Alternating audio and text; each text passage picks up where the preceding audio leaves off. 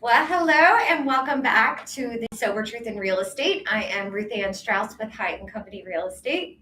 And I am Keith Cooper with Direct Mortgage Loans. Welcome back And happy birthday. thank Today you. is Keith's birthday. Yes, it's my birthday. I'm 22 today. I was going to guess Excited. 21, so Yeah, wow, right. okay. Add about 30 something to that. But no, it's any other day. It's gloomy out. It is gross out. Yeah, but I know. at least it's not snowing. I know. We Yeah. had snow on the ground for like a record amount of time. It was like 3 weeks of snow on the ground. It was just ice. It was crazy. And you couldn't do anything. I Like know. you couldn't move it. Like it was like ice Yeah. frozen over snow. Oh, yeah. And we had guys come out and shovel, and they're like, it was really heavy ice. And I'm like, but my neighbor, who did theirs, it's like perfectly spotless.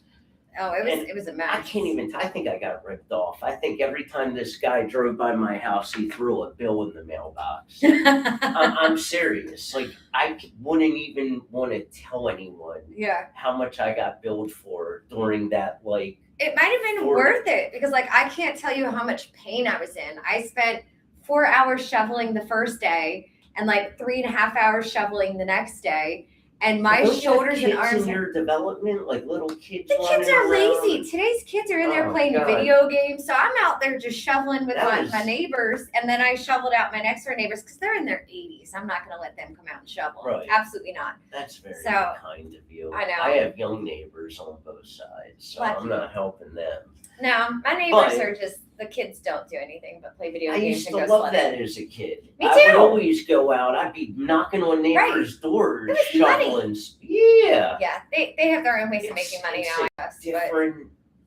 Well, they're all making it online. yeah, it's a They're different generation. It's a different gaming mindset. and Whatever else they're doing, I don't know. Yeah, but no, I shoveled so much that like I hurt muscles I didn't know I still had, and like it was so bad. I took the first bath since I bought my house 3.5 wow. years ago. But I bet did an that- Epsom salt bath and just Oh, I laid in bet- there. I was like, I'm in so much pain. I bet that was very, very relaxing. It was, but it was not relaxing getting to the point where I needed that. So I yeah, bet. that was a hot mess, and yeah, not a lot of business going on when we have that. Luckily, my clients got under contract before that all went down. Yeah, And- we're still waiting on that appraisal. Yeah. Don't do a short sale. I'm not saying don't do it, but if you're gonna do a short sale, just know there's nothing short about a short sale. Yeah, and here's It's wild. the thing, and I know you have a topic, and Yeah. and we actually had some emails about the topic, but the funny thing is, what people forget is that, well, not you, but buyers look for these homes, Yeah. and they're so attractively priced. But at the end of the day, you could walk up to that seller and say, I'll give you $5. And they would probably say, okay, because they don't care. No. They Yeah. just want to get rid of it because they're upside down on it. Right. So then, the listing agent, prices it low and then, and then you have a ratified contract finally. Well, then the bank will start doing their process of the short sale, Yeah. which means they're going to get an appraisal. And when that appraisal comes in well above what that realtor decided to list it at, and what the buy, and I What try everybody to, else agreed to. yeah, what everyone else agreed to, they can change the price, Yeah. or they'll do 95% of that price is Right. what the normal protocol is. So this agent should have saw and ran comps and taken 5-10% off of that and listed it at that, because we already had one appraisal come in. They came in 45,000 over the list price. Yeah, I think I know why this kind of happened. Like, my clients wanted to offer well below because it was sitting on the market for many, many months. Right. And it was like, well, why not? We're not paying full price if it's been sitting for months. Right. And then the listing agent took it because he's like, this is the only offer we've gotten. But the bank doesn't seem to care. The bank's like, oh, well, we want the price that we want for it. And it's like, well, you're not getting it. Yeah. Because I don't care what the appraisal says. A house is worth what a ready, willing, and able buyer wants to pay for it. Right. And the bank's just paying carrying costs every month. Yeah. It's just sitting on their books. and now the listing is stale. Yeah. It's just It's silly. like, and unfortunately, our buyers, you, have wasted, like, this has been going on for like over 60 days now. Yeah, we're pretty much at that point because it was the beginning of January. Right. Actually, it was the day we had to put my dog to sleep. As a matter of fact, That's right. that they went and saw it because I had to pay somebody else to go do the showing because I was a hot mess, Right. like a crying, disgusting mess, and that's why I remember it so well because that was December 29th. So it was like the next day or two that we went under contract. So it's been well over 60 days now, and I warned them ahead of time. I was like, guys, there's nothing short about a short sale. This is going to be a long, drawn out process, and I know, and I told the buyers, look, if I don't know what the house is worth, yeah, right? I'm not an appraiser, I'm not a realtor, but if it comes in high, the bank's they're going to counter this offer. Yeah. So you mentally should be prepared that this is not the price you're going to get. But the point is, the buyers could have found and bought and settled another home 2 times over already. And they wanted to go see some other homes, and I had to unfortunately come in and say we can't do that while we're under contract. Yeah, unless you fully back out of this. Right. Because otherwise I'm not bringing a ready, willing, and able buyer to that showing. So so now we've waited, not wasted, but we've waited over 60. 2 months. Yeah. And if that value comes in, he may not even want to do it. Yeah. Which is the scary part of all. Yeah. You know, that's the scariest part. They may not even want to do it. So we'll see what happens. Hopefully they do. That's our brief synopsis on short sales. Woo! Short sales, they're so fun. Yeah. But yeah, today I want to talk about what should you do first? Sell your house or just go ahead and buy and sell? So I'd love to get Keith's thoughts on that process from the mortgage perspective. Oh, I have so many thoughts. Because there's so many different ways to look at it, right? So what are the options as far as mortgaging goes?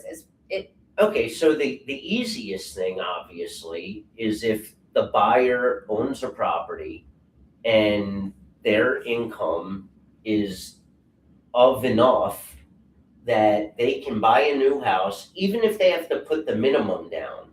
Because if they're a conventional buyer and they have enough money that'll justify carrying both mortgages, and they even have just enough to put the down payment down to get into the home, well, then once they sell their home, you can do what's called a recast of the payment. So meaning, let's say somebody sells their home, they put 3% down, but then they sell their home and they walk with $100,000.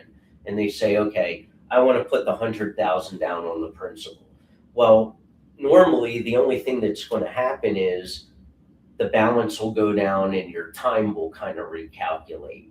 Right. But in a conventional loan, you're allowed to do one time a recast of the payment. So if you took that 100,000, put it down, not only would the balance go down, the term go down, but then the payment would also go down to $500 or whatever that. So it's like a difference is. refinance without. It's a refinance charges. without doing. Yeah, the rate stays the same, everything stays the same. Now, on the flip side, if your buyer is FHA, right, and their current home is FHA, well, then you have to sell it. Like you can't have more than one FHA loan at a time, unless the home you're buying is 100 miles from the other home, and that other home has 25% equity in it. So that's the only way you can kind of have 2 FHA loans. Now, with FHA, if their current home is financed conventionally, and again, they make enough money and they have their 3.5% to get into the new home and the income justifies it, well, then that's the way to go, right? Now, sometimes, if a buyer has a home to sell, they want to buy another home. If they have equity in that home, and let's say they've prepared, they might have an equity line, which has, a $50,000 balance. or I mean $50,000 in Equity. equity that they can use. Well, they can use that That's as down their payment. down payment and closing costs, as long as the income, again, justifies everything. The other thing is, if you own a home and rather than sell it, let's say you want to rent it and you're doing a conventional loan. Well, you can use a lease agreement to offset your current mortgage payment by 75%. You have to get your first month's rent and security deposit. Fannie Mae used to just let you get a lease agreement, Yeah, and that was it. no more. No more. You got to get first month's rent and security, You gotta prove it. but that is a way to offset the payment. Okay. So, there's equity line. People like to throw around because it's the buzzword of the year. Oh, let's get a bridge loan. Let's do a Yeah. bridge loan. Here's the problem with the bridge loan. One, if you don't have that much equity in your current home, that's not going to work. Two, a bridge loan, depending on what type of bridge loan you're doing, you're going to have some payment count against you.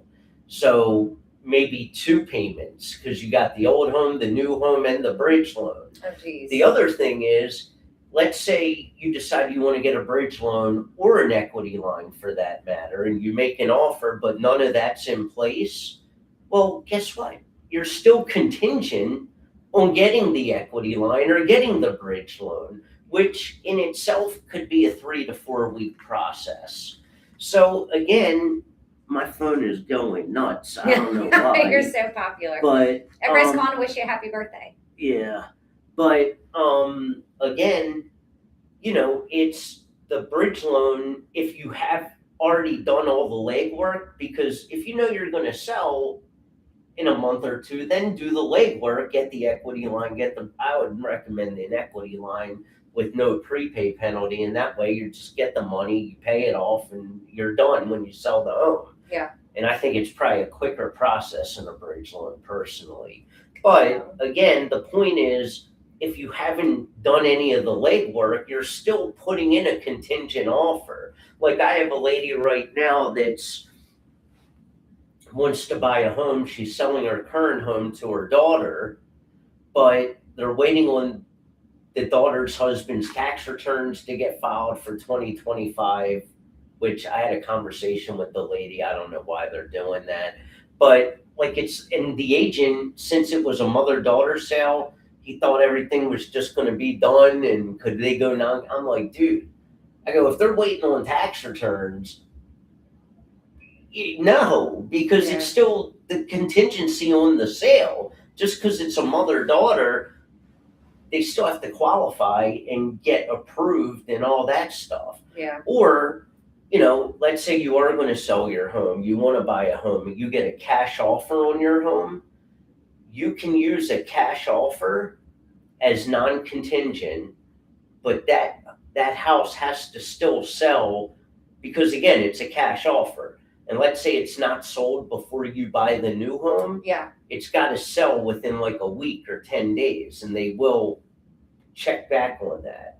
So there's a lot of different ways that people can buy and sell. I mean, look, if the income's there, you can get a gift. I mean, as long as you can come up with something to get into the new home, even if it's FHA, and you want to come up with money just to get into the new home, you can still refi later on into a conventional loan, bring that money to the table. There's a ton of different ways, that you can do it. Yeah. From the realtor perspective. Well, we all know what you guys. We want you to go ahead and buy that house and Right. then sell your house, because otherwise we have to make an offer that is contingent on the sale of your home. And then Right. the listing agent looks at that and they're like, so now your offer to purchase this property might fall apart if you don't sell that property. So it's just another reason for the listing agent to be, I don't know about that. Right. And there are levels of contingencies. Like Right. if you go to a seller and you're buying a home and you say, not only do I have my house on the market, I have a ratified contract. Yeah. Or I have a ratified contract and they've gone through inspections. Even better. Like Even The best mo- is the ratified contract through inspections, already And done the appraisal. appraisal, Right. already conditionally loan Yeah. approval. Like that is basically non-contingent, Yeah. even though you still have to call it contingent, but it's a lot more attractive Oh yeah, to the listing agent, absolutely. So again, and look, I mean, let's not forget what a million people have done, and especially if you're looking at a home and it's been sitting for 100 days and Yeah. you're the only offer, they might take that contingent Absolutely. offer. Yeah. Like you might as well roll the dice. Absolutely. But there's a ton of ways that you can get a house without selling your current home. Yeah. I mean, or you sell your current home, you negotiate a 60-day rent back, and now you got 60 days to get out there and find yourself a house to buy. That's obviously risky, but it is a possibility. Can't the seller put something in there also, like seller has right to find home of choice? Yeah, you can put that in there, seller home of choice, when you're listing the property. But at the same time, while you do have that, what if you don't find the home? Now Right. that buyer's gone, and Right. it just makes it a mess. Like I try not to do that. I mean, I have clients that we went ahead and sold their house, and now they're renting for 6 months. I got them a 6-month rental because they were like, we are tired of submitting contingent offers and having the sellers look at us like, no, we're not going to wait for you to hopefully sell your house and have But that the fall home through. sold now? The home sold December. So now I have until May, and then they're allowed to do it month to month. So I made sure we negotiated everything up front with the rental. We got 6 months, and then it's month to month, so that he has time and doesn't have that contingency in place now. And he's got the money from the sale. So he's Yeah. now able to buy in Southern Maryland and do as he pleases. So now we have time, and we don't have that pressure of the timeline. We don't have any other contingencies, and it's going to look a lot better when we start making offers again. Right. And So- what a lot of buyers freak out about, they really get nervous. The biggest thing I hear from them is, well, okay, I know I can do it, but I'm going to double up with payment. And here's what I tell them. Look, if you put an offer in today, which is March 4th, Yeah. and let's say you settle April 4th, right? Yeah. Your first payment isn't until June 1st. Yeah. You got So plenty you of time. have from March Yeah. today till June 1st before you have to worry about doubling up on a payment, Right. which, is a lot of time. It's almost It's a 3 decent months. amount of time to Yeah. sell a home, Yeah. especially if look, we all know if you're like, again, there's like around us, like Baltimore City properties will sometimes sit a little longer, right? But if you're in a very high demand area, Yeah. and there's homes that are just not even sitting 3 days. Howard County. Yeah, there's one. no worries about you because you're not gonna have to double up more than likely, No. unless you just price your home where it's ridiculously high, and well then it may sit, but Yeah. normally, you got a while before you have to worry about that. Pretty So much. It's all about that price. If you price it right, your house will sell. right. If you price it wrong, it will not. It is really, really simple. But there's a lot of sellers that, look, a lot of people have thought it through Mhm. before reaching out to people. So sometimes they'll have a plan. Yeah. Like their plan might be, well, I want to sell first, then buy. And then you just have to educate them on, well, understand if you want to sell first and you're looking at homes, or I'm sorry, if you want to sell first, so any home you try to buy before you sell is going to be contingent. Right. And a lot of people are like, well, I want to find a home and then I'll list mine or whatever it is. But if they're contingent on that sale, Yeah. it's like, kind of like, well, you gotta, like sometimes you gotta be aggressive. Like you gotta get the home on quick. Like your realtor Price it low. yeah, your realtor might say, let's price it low or price it to sell, or Yep. it's not in the best condition. Don't do anything. Let's just lower the price to get rid of it. Yeah. But a lot of people are worried that, if they go under contract and then they got to sell their home and it's not selling. But if you know that, like I said, you're in a demand market, I would say just go for it. Yeah. I mean, you still got to put that you're contingent, but again, hopefully you'll be able to get a contract or something quick. Yeah. But that's why I still vote buy then sell.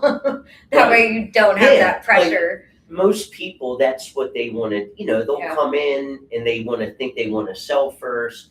And then if you explain to them, like, look, a lot of people don't know. Yeah. Like, you'll have a conversation, say, look, you're approved carrying both loans, so well, I don't have the money. Well, you can't come up with 3% or, oh yeah, I can call it. I just don't have 20.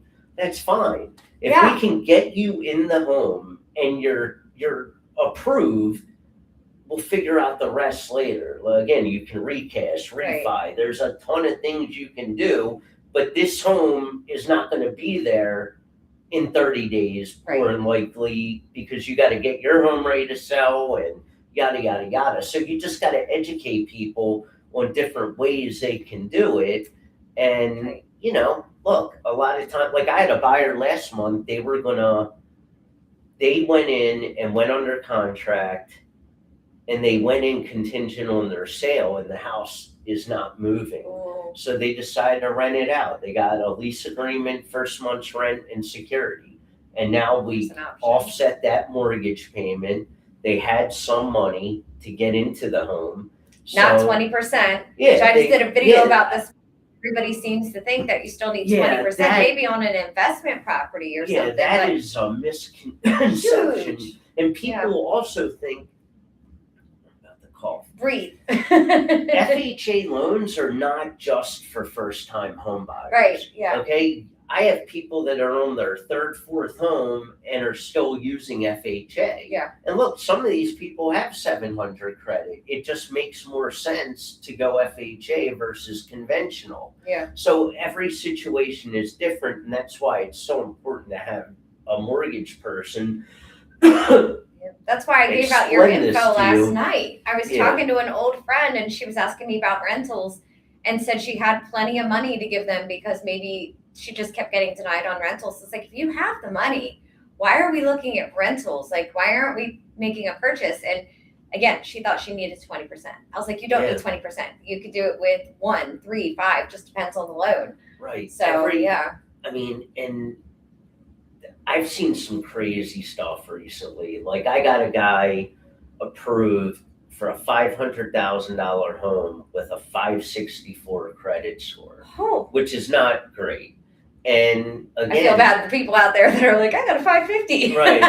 Sorry. Now, again, they had a situation where they were relocating and they had a larger down payment. They had 10%. But even still, they had reserves. That, the debt ratio wasn't blown out of the water. Like you got to have some compensating factors. Of course. But unless your credit is just bad, you're late on your bills, you have no money, there's a lot of times ways to help people do what they want. And they've been, like, this guy was told no by his cousin who's supposedly a lender because debt ratio, credit, and his accountant is my accountant. Yeah. And he called me up. He's like, I need some help with this guy.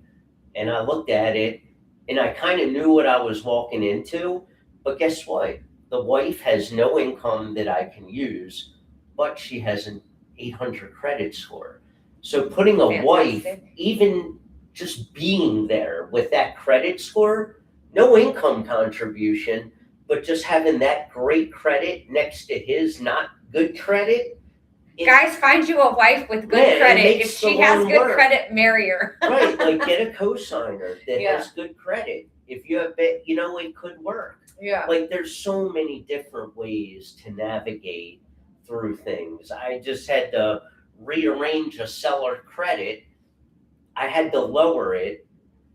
I had to lower a seller credit to a point where I could include the transfer taxes in that credit. Yeah. So they're still getting the same money, but instead of 6,100 going towards a credit, it's going only towards transfers. so that the agent could help out and give a credit because they were getting 3%. Oh, so that was to So- get around the 3% So it's part. a way to navigate around it because you are allowed to get a credit from an agent, but because they're an interested third party Mhm. contribution, it can't exceed the 3%. I can give a credit that can go over the 3%, but the way we had to work it with the agent was to lower, like get the taxes to get paid by the seller with still some seller credit, and then the difference the agent put down. See, So, creativity is all you need. It's bizarre. Like Yeah. I was telling another agent, I'm like, look,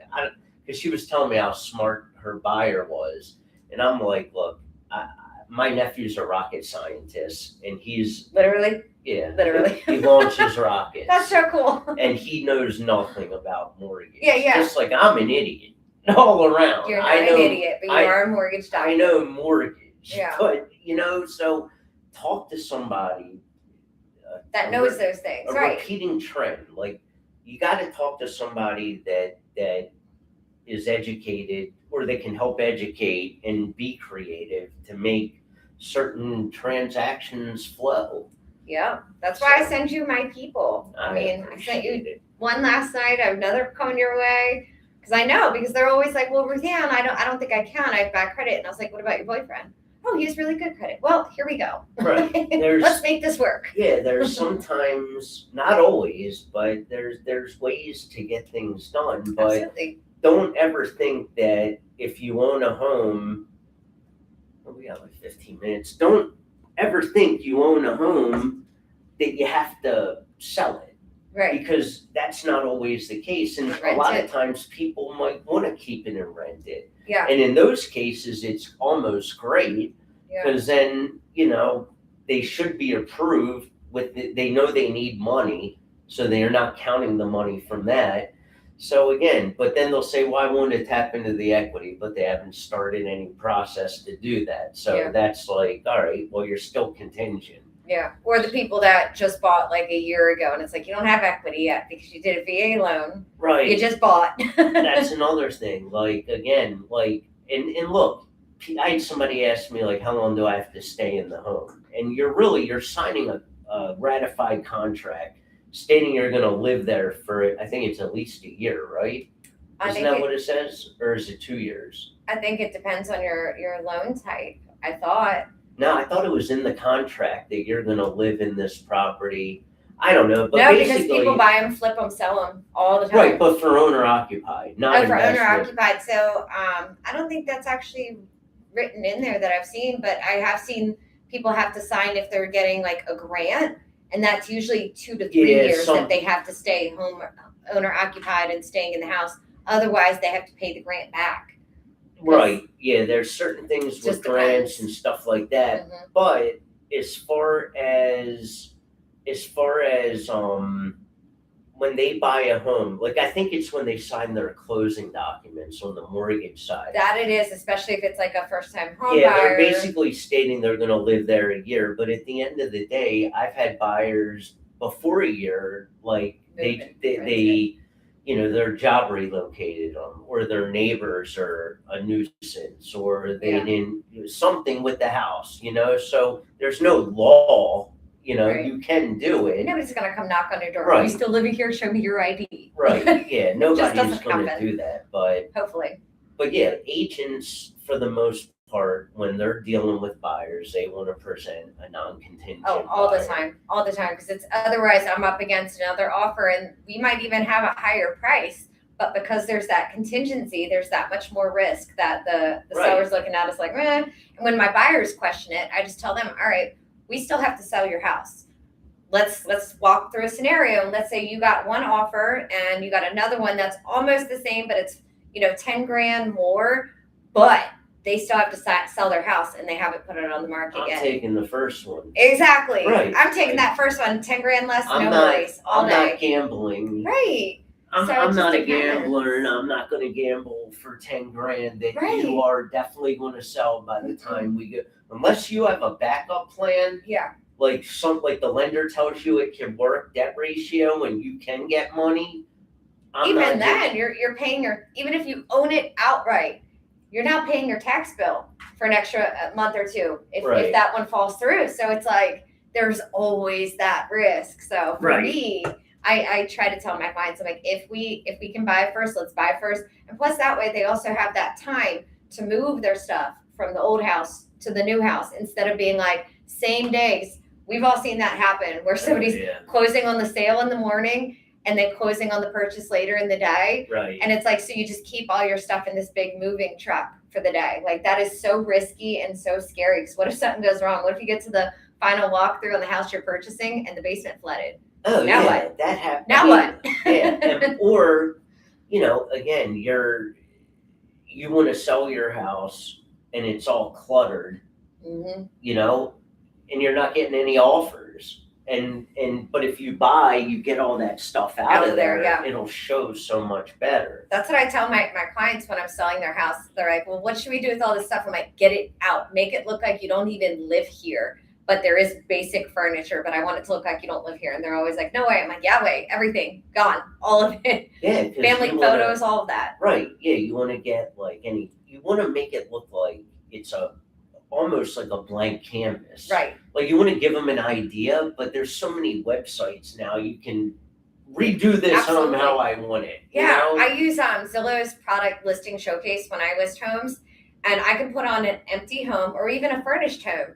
And on the Zillow website, when a buyer is looking at the home, they can go to each room, and there's like a little magic AI button that they can hit, and it'll stage it. They can choose from like modern to contemporary to Scandinavian It's furniture, crazy. and it'll stage every room there for that stuff. It's so wild. My wife, because she's not in the industry, so she saw that the other Yeah. day on something. She's like, "This is so cool." Oh, it's I'm so like, fun. It's been around forever now, Yeah. but I think that is a cool tool. Oh, it's like, great. if you walk into a home and it's empty, you can use that to get an idea. You don't have to do it like that, but it's a different way to look at the property. Oh, 100%. And I love it because maybe some people don't like that style of furniture that they see in the home. And then they're like, they get that ick in their heads. Right. Even though the furniture doesn't stay, they sometimes just get that ick. And it's like, well, here is a blank home. Go play around with all the staging all you want. You can figure out what you like. So at this point, when I have clients that are like, oh, should we pay for the staging? It's like, I wouldn't. I would just let it virtually stage or put in basic stuff. Like I do basic staging at my properties if needed. Yeah. But even then, like it's good so that when people walk in, they can see, okay, a queen bed's going to fit in this room.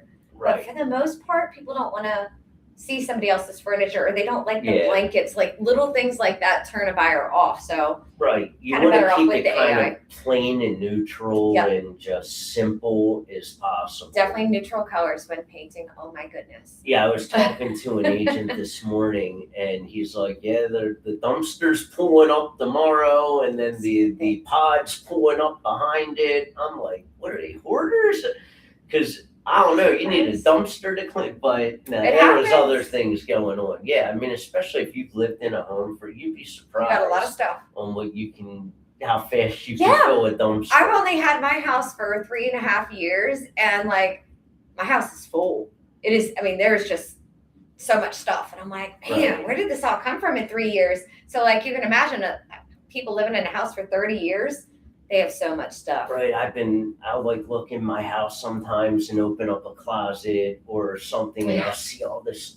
I'm like, this is horrible. I know. I think about the day I'm moving again, and I'm like, man, I have so much stuff. That's It's so hard. crazy. But yeah, I mean, I've listed properties like that. My first listing ever, the seller had actually moved away to Texas, and her son got in touch with me and said they needed help, and so first off, they had it listed for sale by owner somewhat, and they were under contract with somebody to buy it. Those people weren't able to perform, so they sent me up there, and mind you, the son is also out of state. Okay, So I'm just going up to this house. nobody's living in it. Nobody's living in it.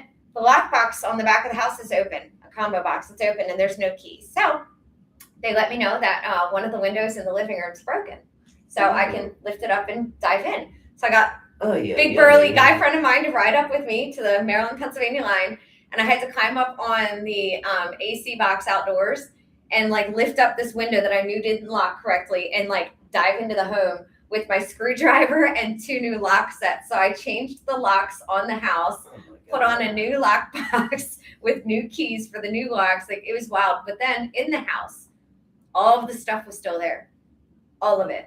So I had to do like 3 or 4 dump runs, just filling up garbage bags of stuff, all Oh the my stuff, God. and like Sharps container I had to drop off at a medical waste place. Like, so much stuff. It was wild, but it looked so good when I got it down to that basic, just the furniture, just the main things. But we sold the house as is without, like, we scratched out the part about the broom swept and free of debris. Oh no, it's coming with all this stuff. This is your problem. So that's how I sold it. Yeah, I Like, mean, sometimes, like, realtors aren't a maid service. there's like, only so much we Why can do. didn't the son just get somebody in there to clean it out? I don't think he realized how much was left in there. Okay. Yeah, nicest guy in the world. I still keep in touch with these people. Like, Oh, wow. it was my first deal ever, almost, I guess it was 4+ years ago. I still keep in touch with them. Like, him and his wife came up a few years ago, and we went out to all you can eat crabs.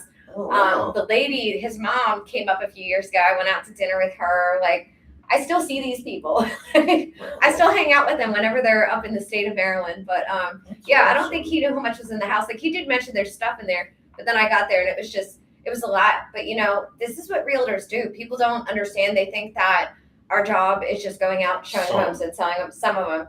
But man, some of Not us go. all. Some of us go wild. Not all, but some of us go wild. There are, look, and that's in every industry. There are Absolutely. agents that go way above and beyond the call of duty. Way above. Let me tell you, the one I sold in December, my sellers had these like mirrored letters all on the wall. When they went to take them off the day before settlement, it took the paint Oh, with of them. course it did. It was really bad. And this was on 5 walls in the house. So you better believe the day of settlement, they were settling at 5 o'clock. I was there at 8 a.m. with a big, huge, like 5-gallon bucket of mud, my mudding tools. Was it like crazy colors? Thank God, no. The Good. seller went out and got me a gallon of the correct color paint that, thank God, was on all the 5 walls on the first floor. Oh, thank God. But I had to sit there and mud all of the walls. I had a big fan to get it all dry. By the time it dried, I had to sand it all. Oh my God. And then I had to paint it all. And I Did got it all somebody done by 3 o'clock. No.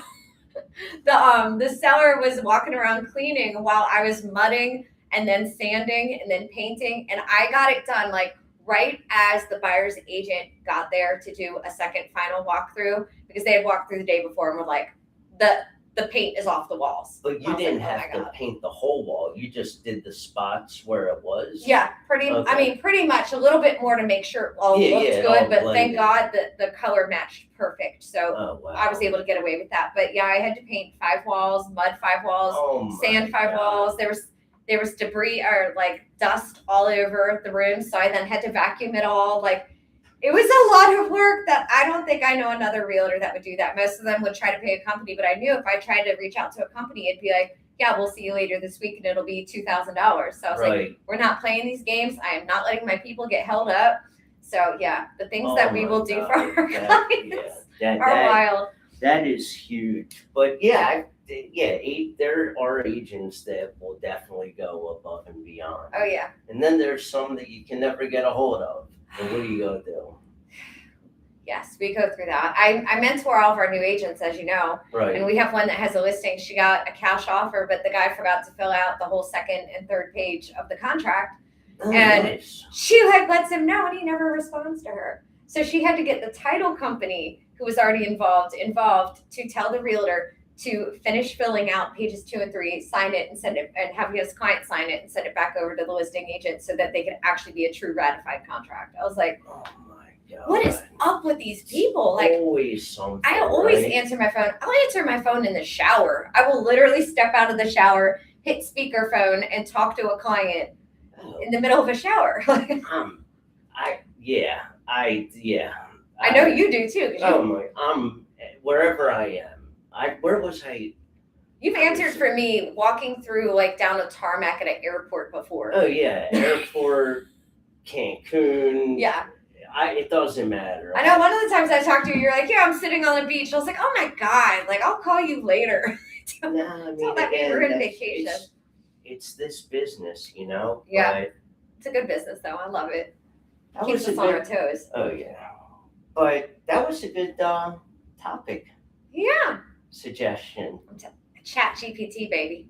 All day. So next week, we're either gonna have, A guest speaker, I hope. oh, okay. I have a few to choose from. And All a right, few that so are we'll interested. surprise everybody. Yeah, and we'll also go through. I know you said you had gotten a couple questions by text Yes, message yes. because we told everybody to text us and ask us questions, so we can also address those next week. Absolutely. So hope you guys learned something that you don't have to sell before you buy. No, and you don't need 20% down to No, buy. you do not.